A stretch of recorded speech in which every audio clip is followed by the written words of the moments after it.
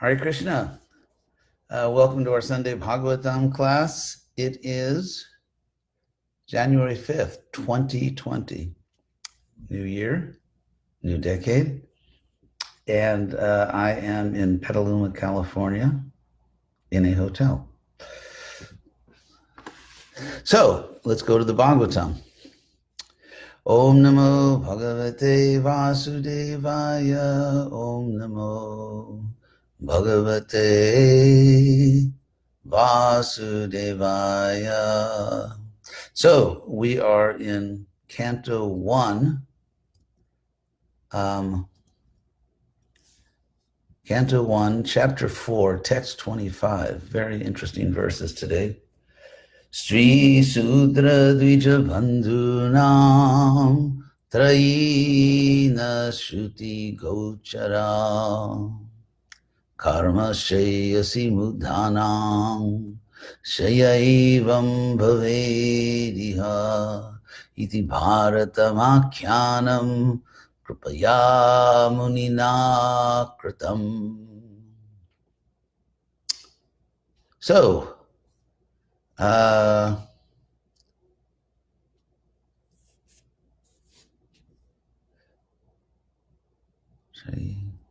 so this verse says, Sri Shudra Dvija Bandhunang Trayi Na Shuti Gochara. Trayi here means the three, and it refers to the three Vedas, which we've also seen in Bhagavad Gita, Trividya, Somapa, Somapa, Putapapa. So both in the Gita and the Bhagavatam, often the Vedas are referred to as the three Vedas, because the Rig Veda, which gives all the hymns, the Yajur Veda, which gives the procedures and the meaning of the sacrifice, and the Sama Veda, which explains how to chant, which is extremely important in these Vedic rituals, are a complete set. It's a complete package. The Atharva Veda, the fourth Veda, has some material in it which was always considered a little edgy, sort of putting spells on people and stuff like that. And so it's clear from the Shastras that many, if not most, Brahmins dealt with the three Vedas as a complete set, everything you need to know to successfully carry out Vedic sacrifices.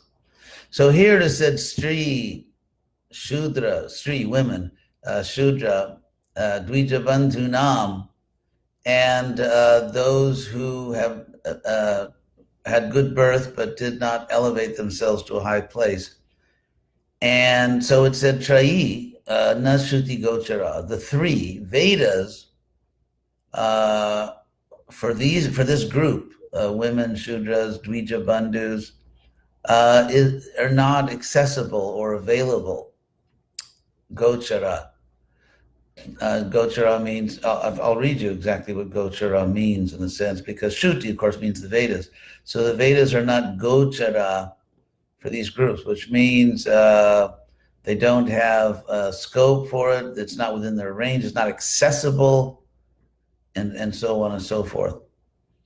So we'll just finish the verse and then see what this all means. Try to understand. So karma shayasi mudhanam shayevam bhavediha. So in the matter of people achieving the highest benefit from their duties, because people have duties. We have material bodies, and according to our bodies, we are inclined toward a particular varna. We want to have a particular kind of career in this world.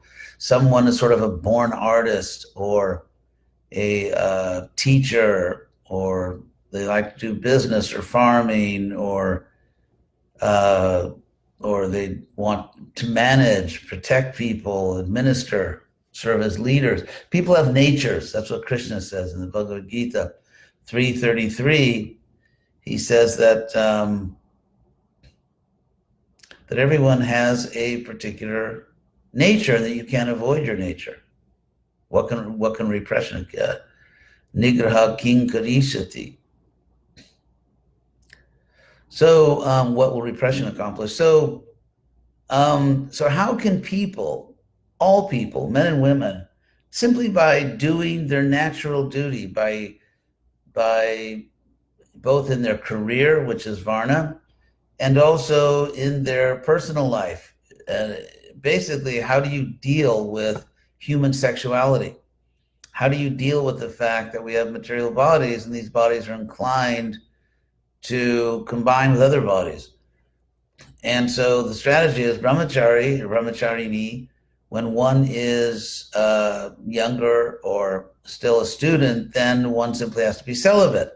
As we know from the modern age, not all students want to be celibate, but still, we also know that the human brain is not fully formed until perhaps in one's late 20s. And so allowing people that do not even have developed brains to decide everything for themselves is obviously not very intelligent. But that's the modern world. So so there's the first ashram is brahmachari, brahmacharini. Then people may get married if they're so inclined, and most people are so inclined. So that's grihastha, ashrama. Then vanaprastha. And actually, just a word on vanaprastha. I think that ISKCON has a very serious, urgent need to promote more the vanaprastha ashram. Because basically, if someone is married and their children are grown, their children are not living in kids still live in the home now, but if the children are grown, they're adults, then a man or woman, a married man or woman, should not consider themselves to be a grihastha. If people are married in our culture and their children have grown up, then you're not a grihastha. You are vanaprastha. And so it's just like, for example, if someone takes sannyas, they shouldn't act like a grihastha because it's inappropriate. Similarly, it's actually inappropriate, perhaps less so, but nonetheless inappropriate for a married couple whose children are grown to act as if they're grihasthas, because in fact, they're supposed to be vanaprasthas. Vana, of course, from the word vana, which means forest, and prastha means departure. So departing for the forest. I mean, you don't have to literally go to a forest, especially if you live in Arizona, because there are very few forests in Arizona, only in the north. But the idea is that one should get back to work for Prabhupada's mission. That's the essence, because the real forest, so to speak, and there was the place where you go to get away from mundane life or just so many worldly duties. The forest in Prabhupada's mission is the preaching field. So we have many devotees who technically are vanaprasthas, but still tend to see themselves as grihasthas. And of course, the result is ISKCON loses a very powerful army of preachers, because after all, people who are of the age of vanaprasthas, devotees who are supposed to be vanaprasthas, they are among the most mature, most experienced, and in that sense, wisest members of ISKCON. And they should be out there preaching, because that's the Vedic system. So anyway, getting back, so when this verse says karma shreyasi, mudhanang shreyeva bhavediha, just by doing your duty, karma here means your duty in varnashram. So, which it often means actually, karma, the word karma is used in different ways. So, simply by doing your duty, whatever your varna is, whatever your ashram is, you should achieve in that situation the greatest benefit. you should achieve success in Krishna consciousness. And so Vyasa is thinking, how can that be arranged? How can that happen?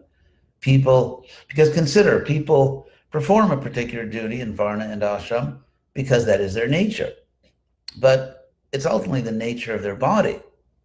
It's the nature of their body. It's not the nature of your soul to be a Kshatriya or a Brahmin or a Shudra or a Vaishya. That's not your soul. That's your conditioned nature. And so here we have a problem. On the one hand, as Krishna explains in Bhagavad Gita, it's dangerous not to do the duty born of your nature, because then your nature will just, who knows where it'll come out. It'll come out in some strange adharmic way. On the other hand, and this is something that Bhagavatam actually talks about many times. On the other hand, assuming you do your duty born of your nature, then because it's your body's nature, doing your duty can tend to intensify your identification with your body. For example, let's say I am inclined to be a Brahmin. I'm inclined to teach or to study, so-called intellectual. Then by doing all that work, and let's say I'm successful at it, let's say I do it well, then it may lead me to identify with the nature which produced the success. Or if you're, for example, let's say you're a great leader or successful business person or farmer, whatever, or Sudra that does their job very well, faithfully, expertly. So again, the duties born of our nature, which is our conditioned nature, as Krishna emphasizes in Bhagavad Gita in many verses, our duties born of our nature. By doing the duty, you can identify and become attached to that nature, which is the bodily concept of life. And that's why the Bhagavatam repeatedly says that that varnashram, even well performed without Krishna consciousness, shamaiva hi kevalam, it's simply useless labor. So therefore, considering that whole situation, Vyasa is thinking, karma shayasi udanang shayevam bhavediha. How can people achieve perfection and not merely intensify their bodily concept by performing their duties? That's what Vyasa is thinking about. And so with that thought, iti bharatam akyanam kripaya munina kritam. Thus, the Bharata narration, literally, the Bharata narration, bharatam akyanam kripaya, out of compassion, munina, by the sage, kritam, was made, or was composed, was done. Please note, it does not say that Vyasadeva wrote the Mahabharata. The Bhagavatam and the Mahabharata do not speak of writing. It's an oral society. And so it says the verb here is kritam, the verb to do or to make. He made the Mahabharata narration, composed it. So, excuse me 1 second, actually. I'm going to get a little water. I should have had it here, but actually, I do have it here.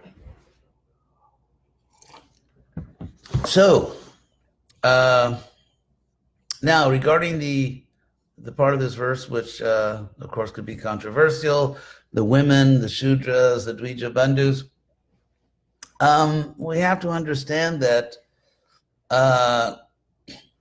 we're talking about almost the great majority of the society, most of the men, especially because we're coming right at the entrance to Kali Yuga. And also, Nashuti Gochara doesn't simply mean that women cannot understand the Vedas, because as we know, there are many women who do understand the essence of the Vedas, and they're in the Hare Krishna movement. They didn't have access to it. Another thing to understand is that Vyasadeva, regarding access, Vyasa is describing a society. He's describing what this actual situation is. We're almost in Kali Yuga. And as we know, just like when the sun rises or the sun sets, it doesn't just happen instantly. It's not that one moment the sun is up and the next moment it's dark. It's gradual. And so what we're witnessing here is a yuga sandhya, or a conjunction of yugas, a coming together of yugas. And so it's kind of like the twilight of Dwapara Yuga and the dawning of Kali Yuga. And keep in mind that in Bhagavad Gita, Krishna, Lord Krishna, talking about this exact same historical period that is being described here, Krishna says, Sakali Neha Mahata Yoga Nashta Parantapa. The actual spiritual science has been lost. So we can look at this historical period, and of course there are great souls present. There's Vyasa, there's Krishna. I mean, there's so many great souls that came down. But the age in general, the world in general, not the relatively small number of great souls who have come, but the world in general, humanity in general, has lost the actual spiritual science. So when it says here that women, Shudras, Dvita, Bandhus, they have no access to the Vedic knowledge, it doesn't, we should not simply assume that's the way it should be or supposed to be. It's just the way it is. It's just the way it is. And it's the way it is at a time when Lord Krishna says the actual spiritual science has been lost. So all these things have to be understood maturely in historical context. So anyway, Vyas, seeing the situation, is going to compose the Mahabharata. So then it said, Evam prabhratasya sada bhutanang shreyasi dvija sarvatmakena pijada natusha dhidayang tata. So thus constantly engaged in the welfare of creatures, of all creatures. Dvijaha, it's Shonaka addressing the sages, twice born. And Vyas was constantly engaged in working for the welfare of all living beings, and Sarvatmakena, wholeheartedly. He really threw himself into it. He was completely engaged like that. And yet, despite that, his heart was not satisfied. So he's constantly and wholeheartedly engaged in trying to help others, which is very noble, and yet his heart is not satisfied.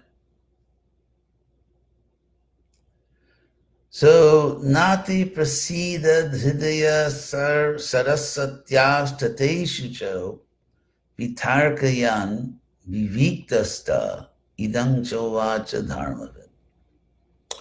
So it's interesting. In just like in English, you can say his heart was not too satisfied.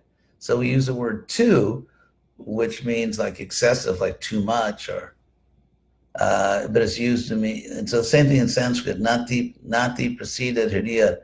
His heart was not too satisfied. Saraswatyastate shucho, on the bank, on the pure bank of the Saraswati River. He's on the pure bank of the Saraswati River. So bitarkayan, analyzing, logically analyzing. Viviktasta, and he was secluded. Prabhupada says situated in a lonely place. So he's secluded, he's alone, he's logically analyzing what's going on with me, sitting on the pure bank of a holy river, and his heart is not satisfied. So idang chovacha dharmavid. So Vyas, who knew Dharma, said this. So now these are the words of Vyasa. Dhrita vrittena hi maya chandangsi guravognaya manita nirbyalikena grihitam chanushasanam bharata vyapadeshena yamnayartascha pradarshita drishyate jatra dharmadi stri sudradi virapijuta. So he says that that without duplicity, nirvilikena, without duplicity, without any insincerity at all, I honored. I first of all, I followed all my principles. Drita brata. Brata means a vow, and so he describes himself as Drita Brateni Himaya. That I strictly followed all my principles, my vow, strictly following all my spiritual principles, and I honored without any insincerity the Vedic hymns, the gurus, the fires, the sacred fires, and grihitam chanushasanam, and I accepted all the teachings of the authorities, chanushasanam, the instructions. So bharata vyapadeshena, and by the compilation, Prabhupada says, of Mahabharata, Bharata Vyapadeshena, Hyamnayarta Chapradarshita. I clearly showed the meanings which come down in disciplic succession from the authorized tradition. And in that work, Drishyate Jatra Dharmadi Stri Sudadivi Rapijuta, that everyone in society, it's interesting, Vyas is kind of very liberal here in the sense that he's really concerned about the underprivileged people, Sri, Shudra, etc. So he's very concerned about people who are being left out by the culture of the time. He's really looking at those people who are left out, who have not been included, and he wants to give them all the facilities. And so he says that I showed the meaning that comes down in authorized tradition through Mahabharata, and in that Mahabharata, everyone, all the members of society, even those typically left out of certain Vedic culture, they can clearly see Dharma and Artha. Dharmadi means Dharma, etc., which means Dharma, their religious duties, and Artha, how they can be prosperous, and how they can satisfy their senses and ultimately get liberation. So I showed all that. So Vyasa is thinking, what is going on here? Because I mean, it seems like I did everything right.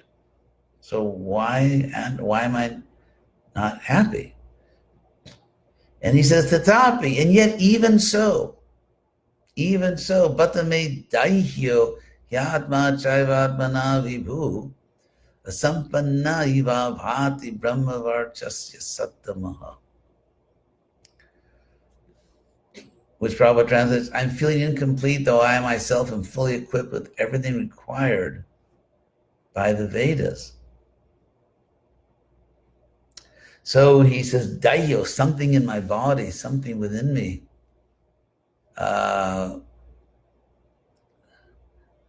Sampanna, I feel incomplete. Something is not right. Even though I am, the leader of those who study the Vedas. And he knows the problem. Actually, the word daihyo in the previous verse means related to the body. So he knows that he's, again, getting into varnashram, because simply by saying women or sudras, simply by mentioning those categories, he's clearly thinking in terms of varnashram. He's thinking in terms of external identities and not ultimate identities. So even if you go back and look at the way that Vyas described his contribution, the service he's done, he describes it all in terms of people's bodily identities. He's not talking about souls He's talking about, he even used the term daihyo atma, which means the bodily self. Because even though we're souls, if you were a man or woman, you have to go in the right bathroom, and and men and women have different natures often, not always, but often, and they have different duties and so on and so forth. Fathers and mothers are not exactly the same in men and women. So he's talking about daihyo yatma, the bodily self. He even says that. So he himself is kind of figuring things out. Then he says, Kim va, could it be that? Or could it be that Kim va bhagavata dharma na prayena nirupita, that I practically didn't point out devotional service to Krishna? Could that be it, that I really didn't talk about that right at all? Then priya paramahangsana, and those are the dharmas, those are the duties which are dear to the paramahansas. Taiva yachuta priya, and indeed, they are dear to the Lord himself, to Achyuta. So those Bhagavata dharmas, the duties directly to the Supreme Lord Krishna, I practically didn't explain all that. I didn't indicate that. And it's those duties that are dear to the Paramahansas, and indeed they're dear to the Lord himself. So Vyasa he kind of knows what the problem is. So tasyaivam kilam atmanam manyamanasya kidyataha. So in that situation where thus he's thinking of himself as somehow deficient, kilam, there's something missing in me, there's something missing in my life, I'm lacking something, and regretting, Prabhupada says, kidyata, regretting the situation. So Krishna, which here means Vyasa, Vyasa is also called Krishna. So when he was in that state, Narado Bhyagat, Narada came. Narada arrived. Ashramam Pragudaritam. He arrived at that ashram, which has previously been described as being in the bank of the Saraswati, and so on and so forth. So Narada comes, and Narada, of course, is Vyasa's guru. And Vyasa himself is kind of figuring things out, but he still has to learn more from his spiritual master, Narada Muni. So Tamabhigyaya Sahasa, so suddenly recognizing him, that my guru, Narada, is here. Tamabhi, because you can say, well, of course he recognized him, but Vyasa is in meditation. He's sitting there, he's very deep in another dimension. And so suddenly he recognizes him, Narada.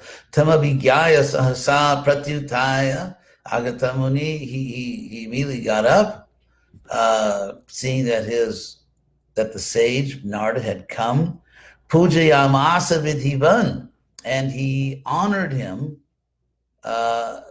properly, according to the proper rules and regulations. He honored his guru, Naradam, his guru Narada, who is Sura Pujitam, who is honored by the gods.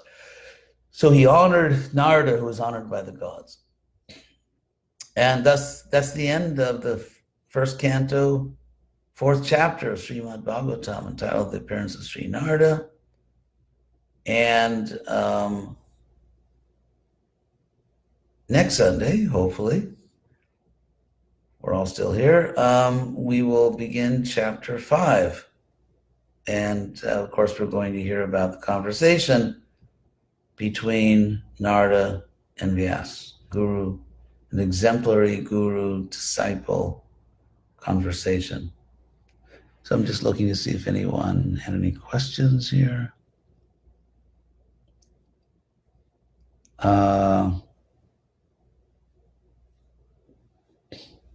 No. Okay, thank you all for listening, and I hope you all have a Krishna conscious Sunday, and we'll see you next Sunday. Hare Krishna.